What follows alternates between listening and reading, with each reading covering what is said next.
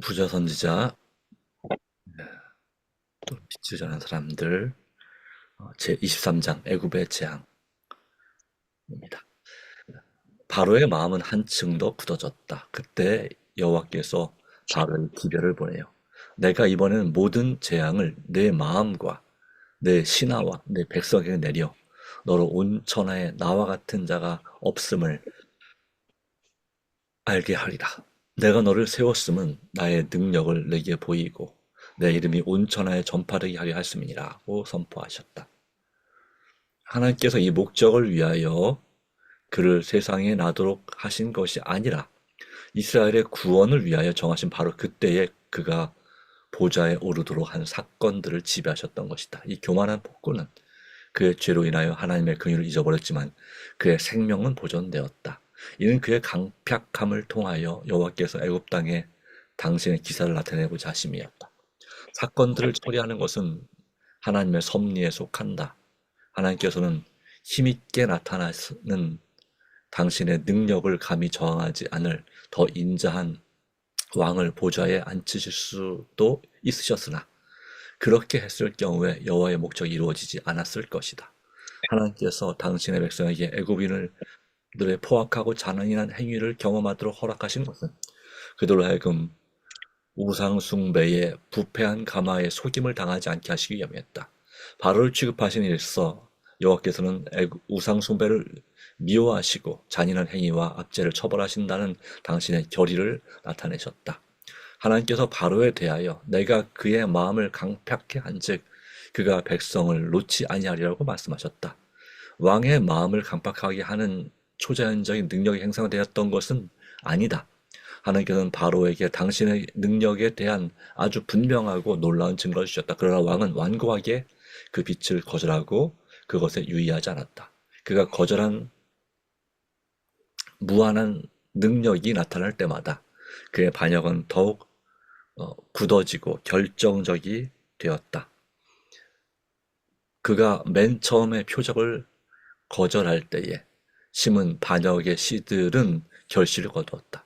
바로의 마음은 그의 완고함이 한 단계씩 더해지는 자신의 길을 계속 추구함에 따라 점점 더 굳어져서 마침내 그는 죽은 그의 맏아들의 싸늘한 얼굴을 볼 수밖에 없었다. 하나님께서는 그분의 종들을 통하여 사람들에게 말씀하시며 지위와 경고를 주시고 죄를 견책하신다. 그분은 각 사람에게 그들의 그릇된 행위가 품성에 고착되기 전에 그것들을 시정할 수 있는 기회를 주신다. 그러나 만일 그가 시정받기를 거절한다면 하나님의 능력은 그의 행동에 경향을 제시하기 위하여 개입하지 않는다. 그는 같은 길을 되풀이하기가 훨씬 쉽다는 것을 알게 된다. 그는 성령의 감화에 대항하여 마음을 굳게 하고 있다. 계속 빛을 거절하면 그는 더욱 강력한 감화력도 영구적으로 감명을 주지 못하는 곳에 자신을 두게 된다. 한번 유혹에 굴복한 일이 있는 사람은 두째 번에는 더 쉽게 굴복하게 될 것이다. 죄를 반복할 때마다 그의 저항력은 감소되고 그의 눈은 어두워서 죄에 대한 자각을 상실하게 된다. 뿌려진 방정에 심하다. 열매를 맺을 것이다. 하나님께서는 이러한 수확을 막기 위하여 이적을 행하지 않으신다. 사람이 무엇으로 심든지 그대로 거두리라. 대담한 불신, 곧 하나님의 진리에 대하여 철저히 무관심한 사람은 자기 자신의 심은 것을 수확하게 된다. 많은 사람이 한때 그들의 영혼을 분리시켰던 진리를 냉랭한 무관심을 가지고 듣는 것은 이 때문이다. 불경건한 강박함, 즉 거룩한 진리에 대한 태망과 저항을 나타내는 자는 그들이 뿌린 것을 수확하고야 말 것이다.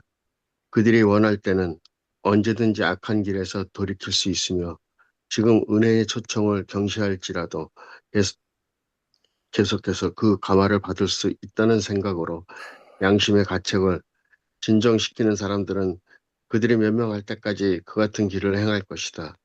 그들은 대반역자의 편에 그들의 모든 영향력을 바친 후에라도 극도의 궁지에 빠진 순간에 곧 위험이 그들을 에워싸는 때 그들의 지도자를 바꿀 수 있다고 생각한다.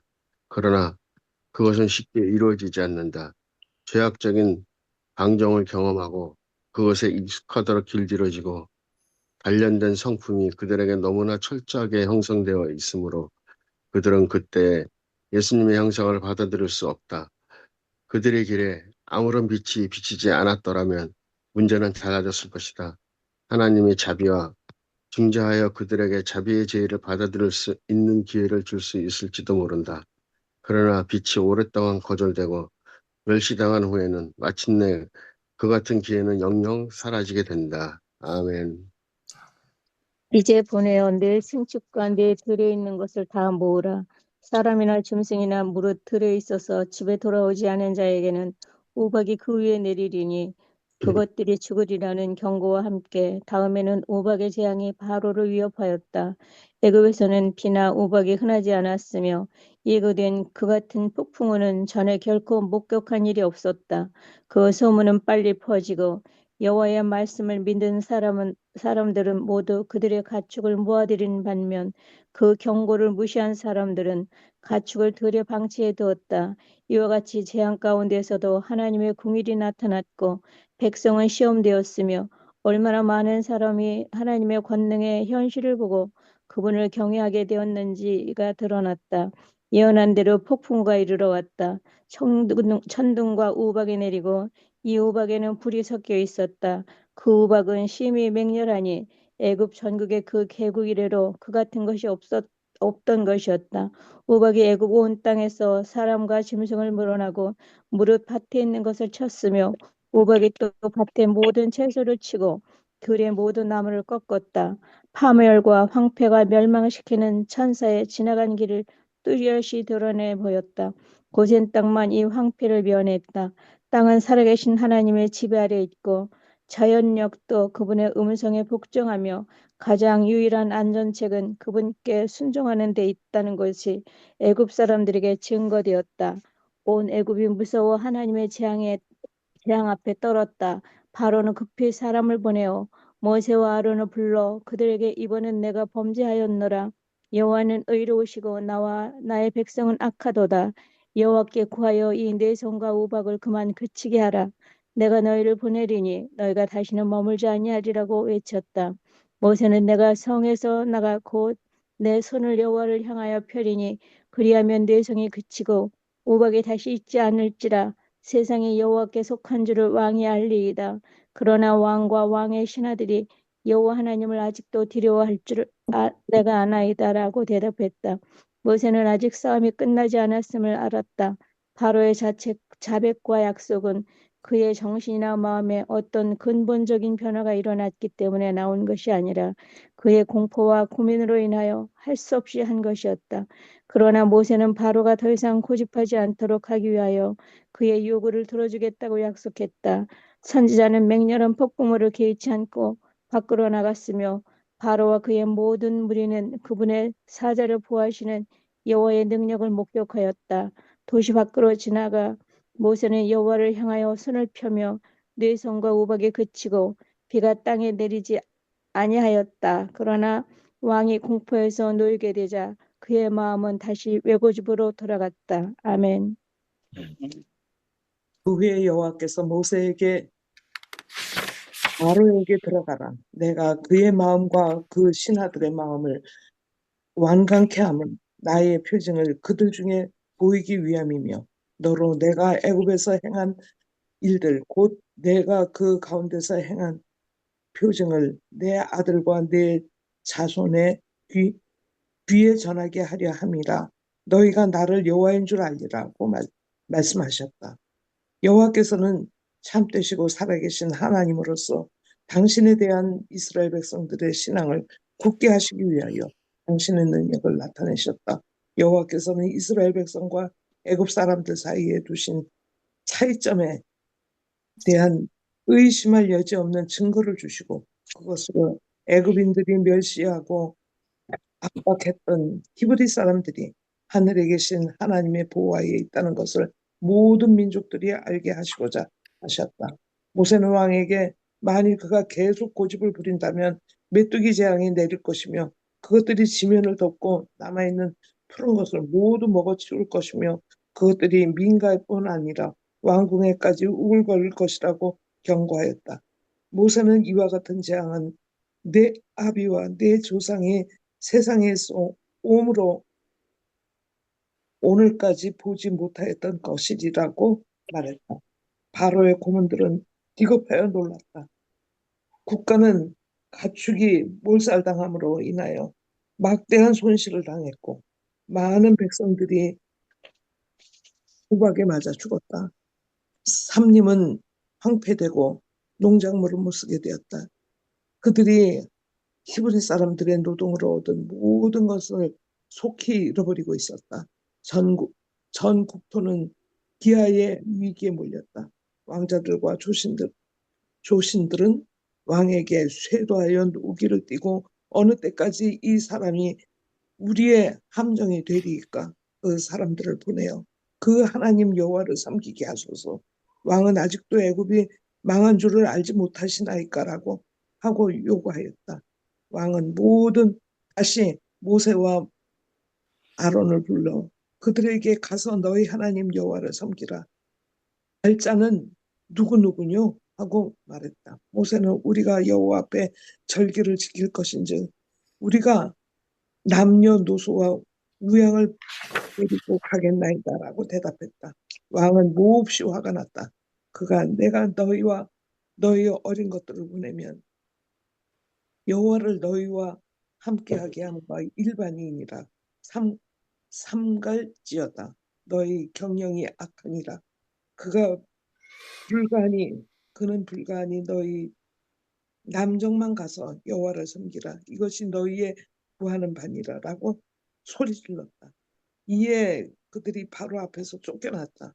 바로는 심한 노역으로 이스라엘 백성을 멸하고자 노력하였으나 이제 그는 그들의 복지와 그들의 자녀들에 대한 친절한 깊은 관심을 가진 척하였다. 그는 진정한 목적은 남자들을 돌아오게 하기 위하여 부녀들과 아이들을 인질로 붙들어 두려는 것이었다.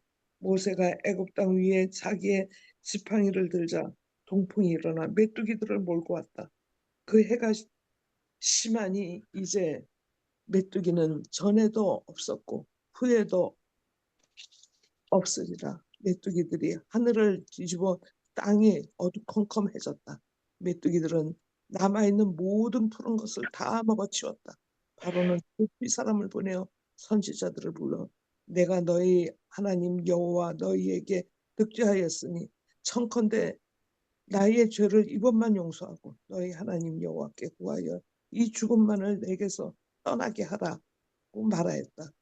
그들이 그렇게 하자 강한 서풍이 불어와 메뚜기들이 홍해 쪽으로 몰아갔다. 그러나 왕은 여전히 그의 완강한 결심을 고집했다.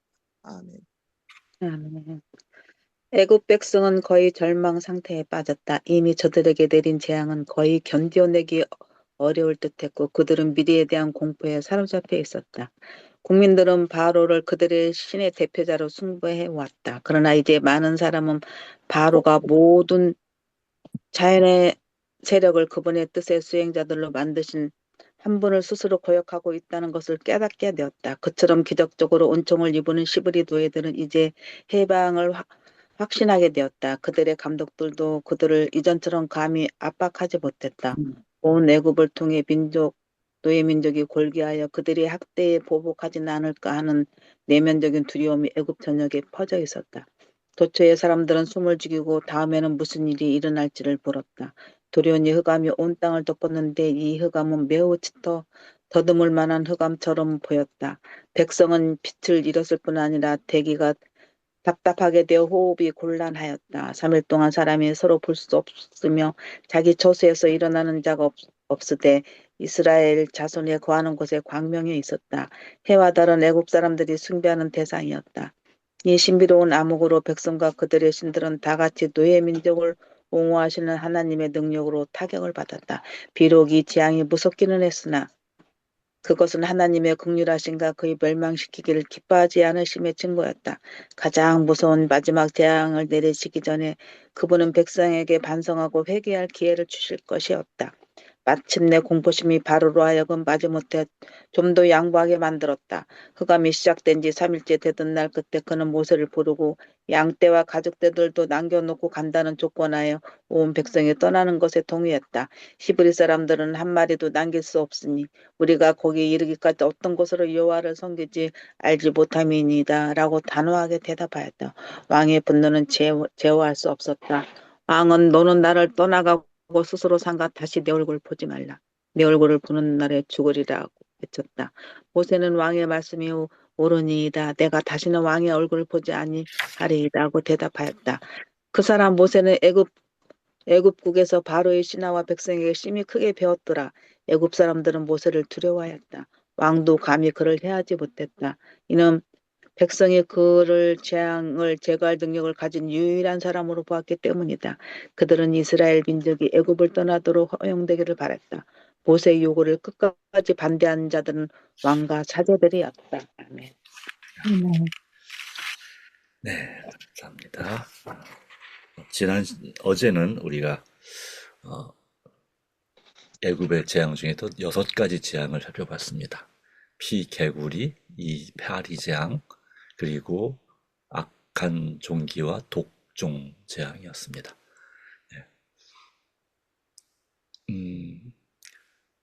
그리고 오늘은 그 다음에 우박 재앙, 굴섞인 우박, 그 다음에 메뚜기 재앙, 그리고 암흑, 3일간의 암흑 재앙을 경험하게 됩니다. 자, 여기서 보여주는 모습은 어떤 모습일까요? 이것을 이렇게 분석을 하신 분들은 또 그렇게도 보여줍니다.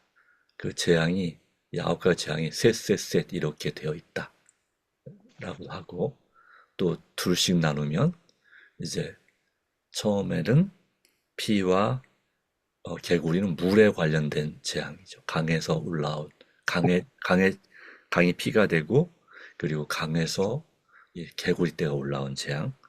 그 다음에 이 파리, 이건 이제 땅에 관련된 재앙이다라고 하고, 그 다음에 이 악한 종기와 독종은 전염병, 가충 전염병, 사람에게 옮기는 전염병까지 그렇게 말하기도 합니다. 그리고 우박과 메뚜기는 하늘에서, 그리고 더 나아가서 이제 암흑도 마찬가지죠. 하늘에서 내리는 재앙으로 그렇게 표현하기도 합니다. 어쨌든 이 모든 것은 이스라엘 백성들을 구별하시는 하나님의 놀라운 섭리와 은혜를 보여주고 있고, 그리고 동시에 이 바로를 포함한 애굽의 모든 신들이 이 하나님 앞에는 무기력한 것들임을, 참으로 전능하신 하나님 앞에 정말 다시 말해 하나님만이 참 신이고 나머지는 거짓신 또는 바로 열등한 신들이라는 사실을 분명하게 보여주고 있습니다. 그럼에도 불구하고 또 하나의 모습은 뭐냐면, 이 바로와 그 신하들이 또는 그 사제들, 제사장들이 마음이 강팍하여져서 이 일에 쉽게 굴복하지 않는 것입니다. 하나님께서 강팍해 하였다라고도 기록하고 있습니다만은, 사실은 그 애굽의 바로 그 당시에 우리는 이 애굽의 출애굽 사건이 BC 1446년에서 1445년에 일어났다고 봅니다. 15세기 출애굽설, 그리고 또 하나는 12세기 출애굽설이 있는데, 그것은 이제 많은 사람들이 지지하지만, 그러나 이 바로 앞에 나오는 1446년, 45년 그 설은 뭐와 관련이 있냐면, 솔로몬 성전을 지을 때 그와 같은 기록이 있습니다. 솔로몬이 성전을 지을 때가 기원전 966년에서 65년쯤인데 그때 바로 출애굽한 때로부터 480년이 지났 80년째 되는 때에 건축을 시작했다라고 하는 걸 근거를 하면 바로 언제가 되냐면 1445년 또 46년, 45년 그때가 맞는 거죠. 네. 46년, 45년을 얘기하는 이유는 이제 우리 현재 이 태양력의 연대와 그리고 유대 성력의 연대가 조금 약간 3개월 정도가 겹치는 부분이 있어요. 조금 달라요. 그래서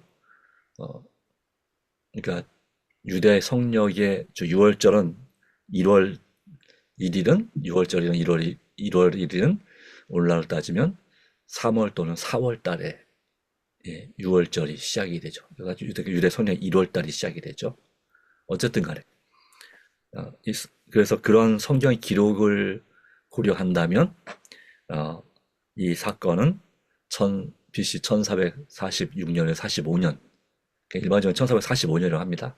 그래서 출애굽이 일어나고 40년 동안 방황하다가 1405년에 가나안 땅으로 들어갔다.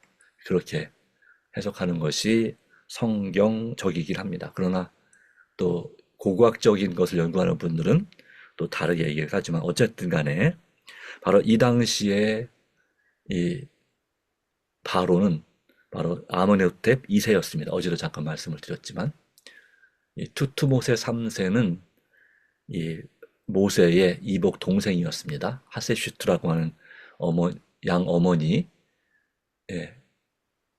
있었고 그리고 이제 그가 섭정을 했었고 그다음에 모세가 그 뒤를 잇기를 바랬지만 모세가 이제 광야로 도망하면서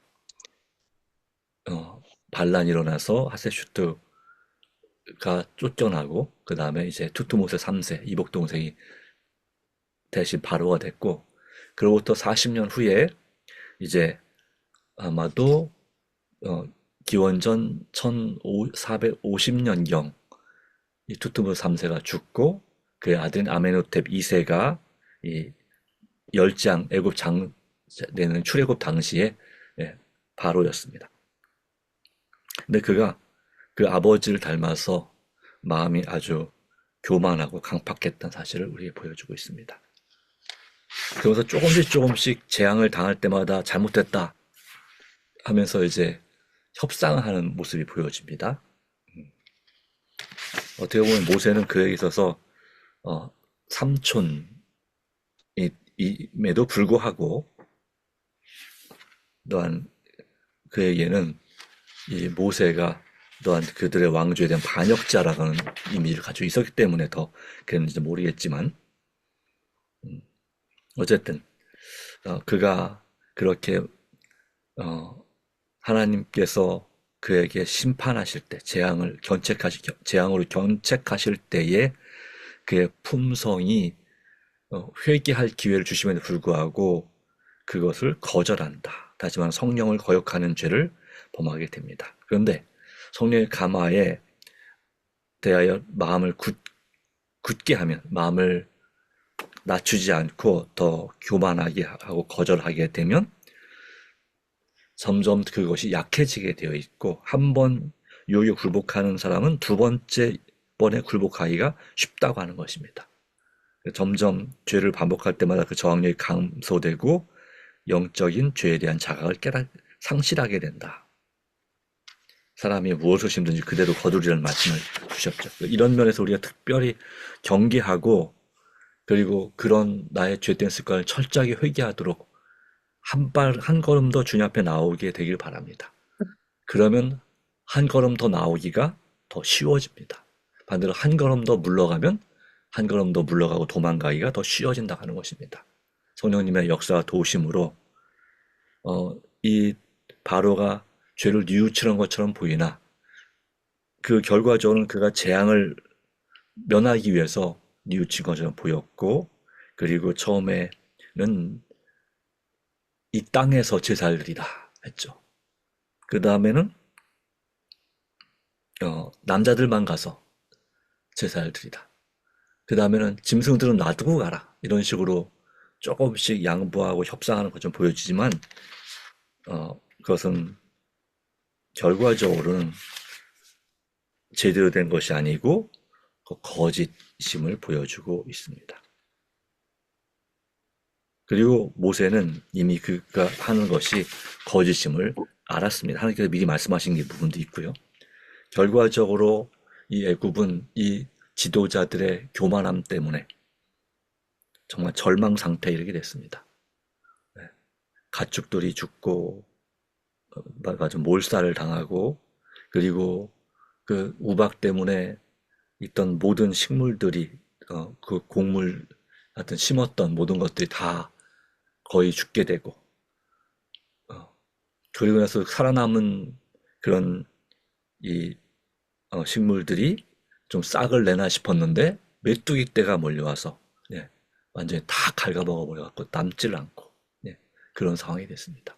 여기서 말하는 메뚜기는 우리가 보는 일반 메뚜기랑 다른 것입니다. 예, 사막 메뚜기라고 해서 이거는 적어도 크기가 5cm에서 10cm 되는, 예, 그래서 가끔 중국이나 중동 지방에서도 이런 메뚜기 떼 재앙이 요즘도 가끔씩 일어납니다. 그럴 때는 갑자기 번성하게 되면 메뚜기의 색깔도 변하고요. 그러니까 우리가 생각하는 그런 약간 초록빛이 아니라 거의 갈색에서 붉은색에 가까운 메뚜기가 되고 크기도 엄청 커진다고 하는 것이죠. 어쨌든 그것이 하늘을 덮을 정도로 정말 크나큰 공포였고, 그다음에 여기도 기록된 것처럼 이 암흑 재앙은 마치 산불이 심하게 났거나 아니면 화산이 폭발해서 그 화산재 때문에 어둑해진 상황에서 숨쉬기 참 어려운 그런 상태, 또는 이제 미세먼지나 황사가 너무 심해서 그런, 어쨌든 정말 앞도 잘 보이지 않는, 서로 옆에서 목소리는 들리는데 그 사람의 모습도 잘 보이지 않을 만큼 캄캄한 그런 어둠이었습니다. 그걸 통해서 하나님께서는 애굽의 모든 신들을 벌하시고, 그리고 그 재앙을 통해서 오직 하나님만이 유일한 참 하나님이심을 바라보게 만들었고, 그런 덕분에 모세는 그들 앞에 심히 크게 위대하게 보였다. 왕도 감히 그를 해하지 못했다. 이는 백성들이 그를 재앙을 제거할 능력을 가진 유일한 사람으로 보았기 때문이었고, 그래서 백성들은 그런 일로 인해 더 큰 일을 당할까 두려웠고, 이스라엘 민족이 제발 떠나기를 간절히 바랬지만, 그러나 그럼에도 불구하고 마지막 최후의 10번째 재앙이 일어날 때까지 이 바로는 10번이나, 예, 마음을 완고하게 하고, 그리고 하나님께서 모세를 통해 주신 명령을 거절합니다. 결과적으로 이제 그 다음 6월절에 나오겠지만, 바로 그는 그의 장자의 죽음을 볼 때까지, 예, 그는 완고한 모습을 보입니다. 어떻게 이럴 수 있을까? 하지만 오늘날에도 우리가 하나님 앞에 또 사람 앞에 서로에게 고집을 세울 때 그것이 정말 상당한 그런 일임을 보여줍니다. 그로 인해서 재앙을 당할지라도 그 마음이, 양심이 굳어진 사람들은 회개하지 않습니다. 그런 일이 이제 마지막 때, 예수님 재림 직전에서 7 재앙 때에도 그런 일이 반복될 것입니다. 이런 애굽의 재앙과 유사한 심각한 재앙을 전 세계적으로 당하지만 그들이 그들의 죄를 회개하지 아니하더라라고 요한계시록 16장에 분명히 기록되어 있습니다. 이 애굽의 재앙은 이 마지막 때 다시 오실 예수님의 재림 때의 심판과 재앙을 가리키고 있습니다. 바로 이 애굽의 재앙 때는 회개할 기회가 있었지만 마지막 7 재앙 때는 그러한 구원의 기회도 더 이상 하나님의 은혜가 없는, 자비가 없는 재앙이 내리게 될 것입니다. 우리가 그런 일을 당하지 않도록 지금 우리 마음을 겸손히 하고 하나님께 영광을 돌리는 삶이 되기를 소망합니다. 네, 기도하겠습니다. 하나님 아버지 주신 은혜를 생각합니다. 하나님의 자비가 아직 우리에게 있을 때에 우리 자신이 정신을 차리고 주님 앞에 온전히 굴복하고 우리의 모든 염려를 주님께 맡기게 하여 주시옵소서.